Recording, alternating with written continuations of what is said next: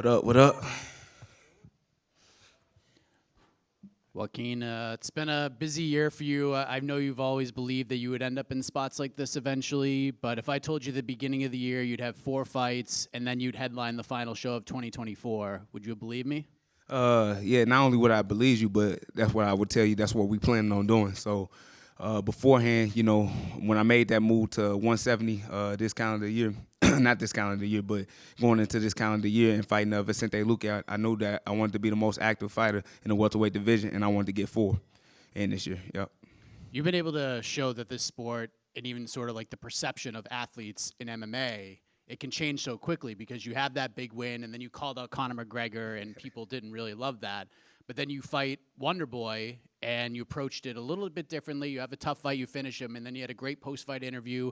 Everyone loved the call-out of Kamaru Usman, and it seems like you got people that you might have lost back on your side. Have you noticed that as well? Yeah, I noticed that. Sometimes you just got to listen to the fans, man. They know what they talking about. So I feel like, yet again, I try to get a lot of people to tune in to watch my fights. So anything I got to do to get the fans engaged and get them involved, that's what I'm going to do. So I'm glad the fans is on my side right now.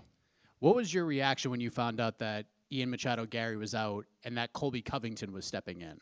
I ain't going to lie to you, I wanted that fight, Of course, we was promoting Buck versus Cuck, you know what I'm saying? And that was going to be one of the biggest things around.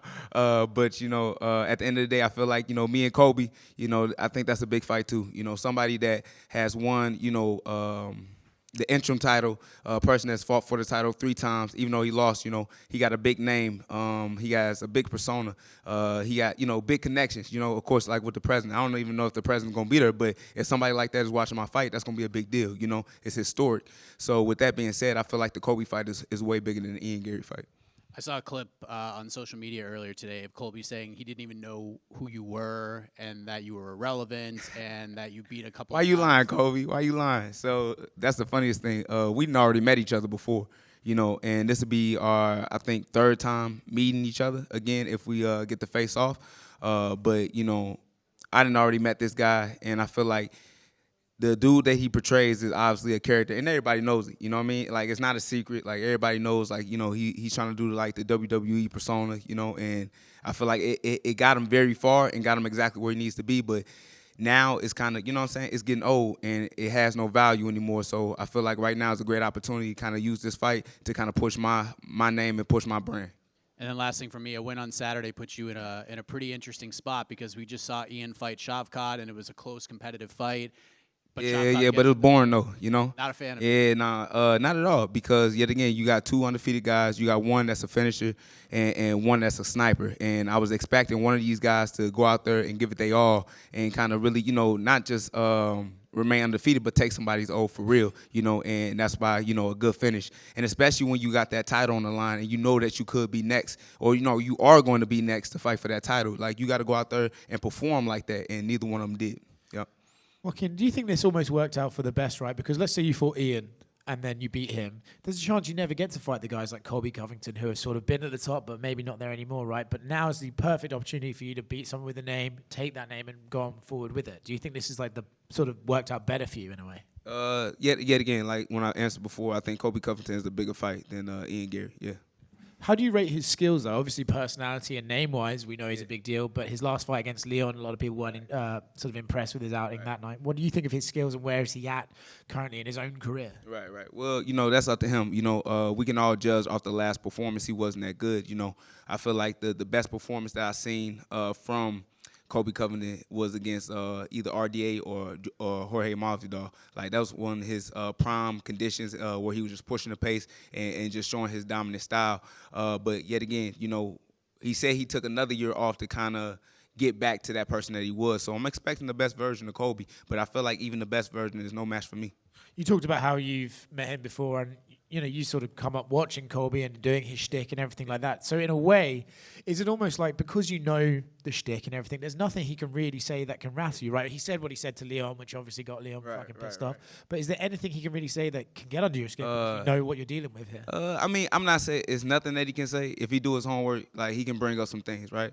But at the end of the day, I have met this person like in person, and he's not that same dude. So with that being said, it's just all noise. But the one thing that I know that is real is that no matter what he talks about, he gotta live by that in the cage. So let's see if you're gonna stand on that once the cage doors close and we get to do what we do. And what have you made of the Colby Covington persona? Like he's, Ian Gary like doesn't like him at all, but like some people find him funny. Like what do you make of him? I mean, he doing whatever he needs to do in order to promote himself. But I feel like, yet again, you still got to be authentic with it. It's just like Conor McGregor. You see him and you see how, he pushes his brand and how he acts. But, that's still him. That's still Conor McGregor. It's just you turn up the volume for certain things. Alex Pereira, the authentic person that he is. And he don't even speak English, But people still love just the realness about him. So it's just like, just be yourself, and be able to turn up the volume on that. A lot of people, I mean, most fans only know him from what they see on camera. But you've said you've met him, off camera and have had different experiences with him. How is he off camera?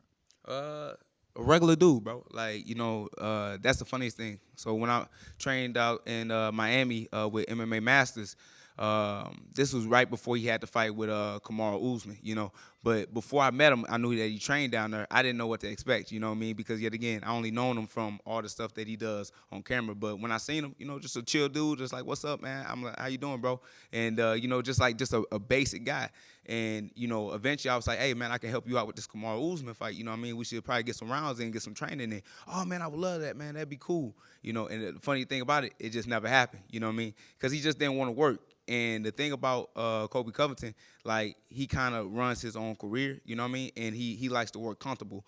And the thing about me is like, even though I kind of do the same thing, I don't like working comfortable. Like, I like working with new guys. I like working with guys that are hungry, and I like putting myself in a position where it's going to make me better. And that's why I feel like he lost those big fights. It's because he was always training comfortable, and he wanted to train with, guys that was going to push him. And with that being said, it's funny how he was scared to just train with me, and now he's stepping in the cage with me. Yeah. And I feel like, for real, like, Kobe's been quiet, and he hasn't been saying anything because he know the truth.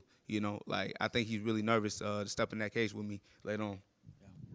Yeah. And I wanted to ask you, Colby, didn't look so great in his last fight. A lot of people are saying, oh, he's probably past his prime. What do you think? Yet again, that all depends on the person.